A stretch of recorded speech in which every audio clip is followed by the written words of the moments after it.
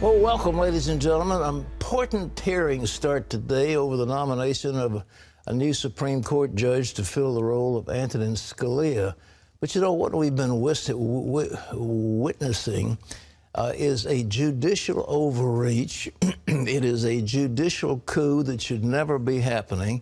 No way under heaven should a district court judge have the power under our system to overturn the sovereign acts of the duly elected President of the United States.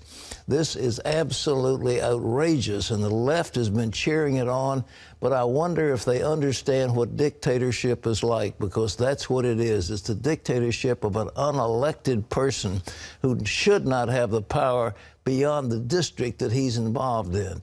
The idea that one judge in Hawaii or wherever could put out a decree that would bind the entire nation, it's outrageous. And I think it's time people speak up and say no.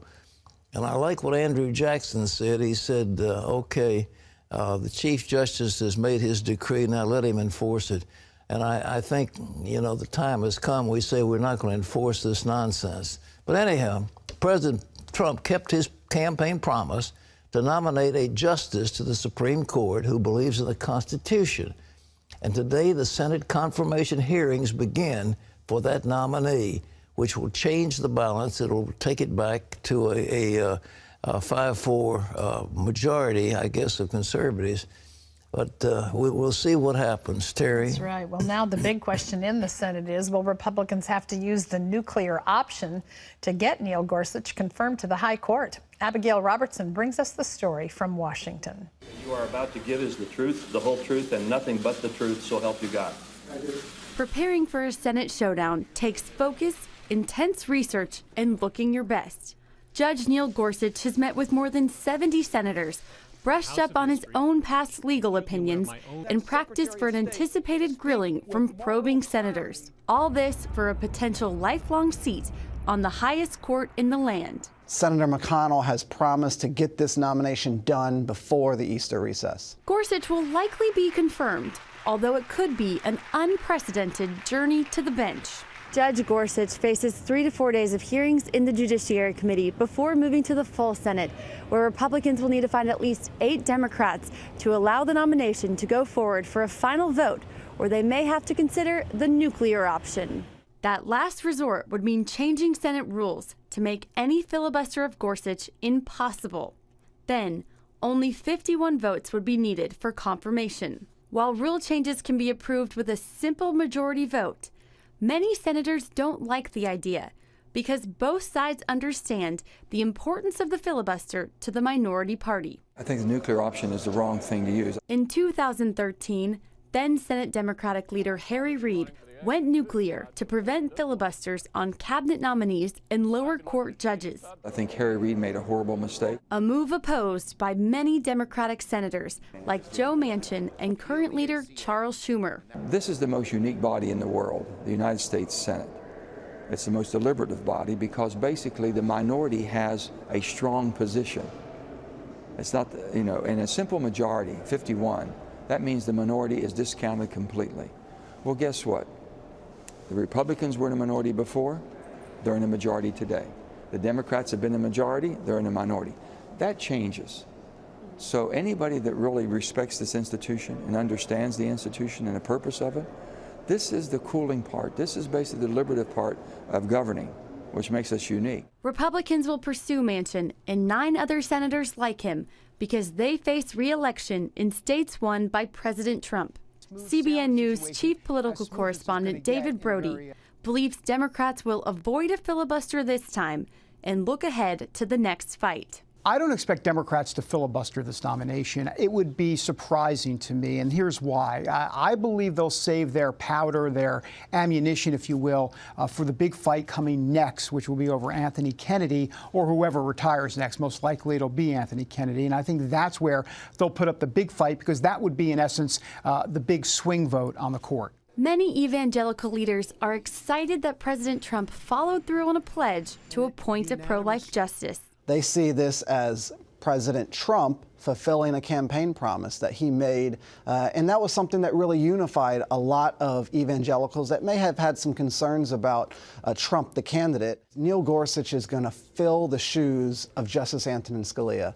And there is no better judge in this country that I can see that would do a better job of fulfilling that legacy. The American Bar Association unanimously gave Gorsuch its highest possible rating. We'll soon see if the Senate agrees. Reporting from Capitol Hill, Abigail Robertson, CBN News. You know, it'd be impossible to find a judge more eminently qualified than Gorsuch. He has a distinguished career on the bench. He was unanimously approved for a federal appeals court. He has sterling academic credentials. You know, where would you find a reason to oppose him? Well, our CBN White House correspondent Jennifer Wishon is with us now from the White House. Jennifer, do you agree with your associate that they won't filibuster this one? What do you think? I do, Pat. You know, a senior White House official tells us that they are preparing for a smooth sail this week. You know, even Republicans who don't always see eye to eye with President Trump have nothing but praise for Neil Gorsuch. I completely agree with David Brody and with Abigail. I think that you know, Democrats who are facing re-election in states that voted for Trump, they are going to get in line, I think, on this nomination. And also, as David pointed out, you know, elevating Neil Gorsuch to the Supreme Court really doesn't change anything, the balance of the court. It kind of restores it to where it was when Justice Scalia was on the court. So I think Democrats are going to save their filibuster fight for perhaps the next nominee that President Trump makes. Let me ask you about this. I understand that FBI Director Comey is coming up to talk about wiretaps. What do you know about that? Yeah, so it's really two big stories on Capitol Hill today. What I can tell you is in the past 24 hours, the chairman of the House Intelligence Committee, Devin Nunes, has said that he sees no evidence that President Trump or the Trump campaign colluded with Russia to rig the election. So that's one of the things that this hearing is going to look at. Of course, the other big story that members on the committee can't wait to talk to Director Comey about is President Trump's claim that he was wiretapped by President Obama. So the Department of Justice handed over that evidence to them last week, but it doesn't look like there's any necessarily smoking gun. I think what the committee is going to really look at is whether or not people were swept up kind of in, you know, unintentionally in surveillance activity, like we saw the former national security advisor who was surveilled when he talked to the Russian ambassador. So they're looking at perhaps if that happened and whether or not that information was handled correctly. Another thing I can tell you is that the chairman, Congressman Nunes, says that it's clear to him that that there are people within the intelligence community who are leaking information in order to hurt this administration. So that's going to be another focus. Of course, the Trump administration is very concerned about that. Jennifer, we appreciate your coverage. Thank you so much for the work you're doing. Thank you. Thank you. Jennifer Wishon, ladies and gentlemen, our White House correspondent for CBN News.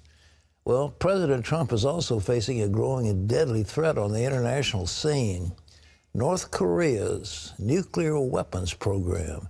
The communist country tested a new rocket engine system over the weekend, which is supposed to have the power to launch a missile all the way to the continental U.S. George Thomas has that.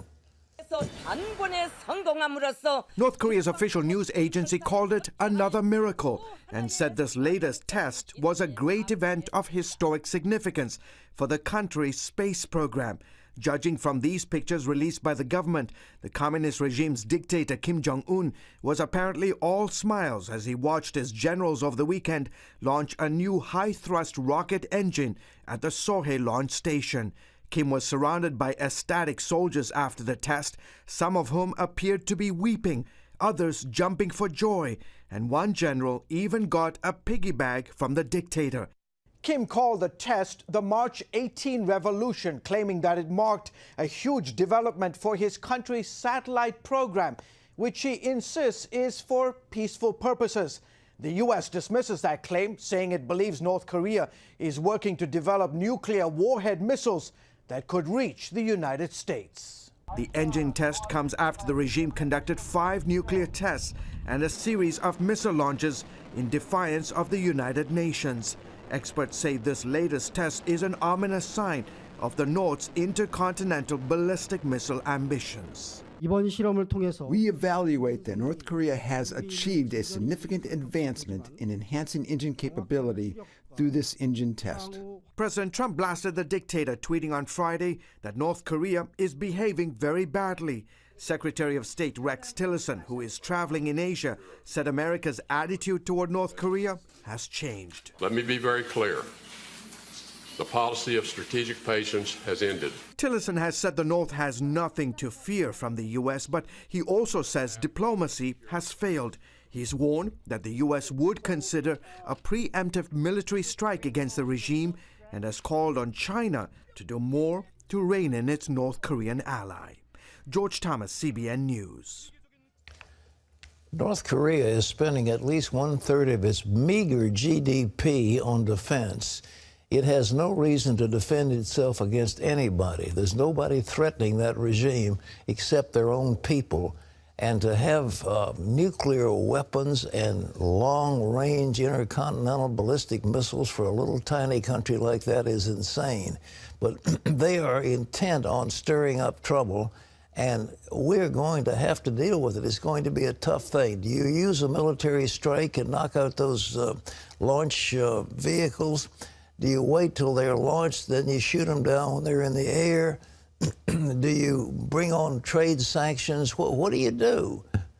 The big problem that South Korea faces is that the South Seoul is right at the DMZ, and the North has a number of conventional arms ready to incinerate South Korea, Seoul, and other cities down there.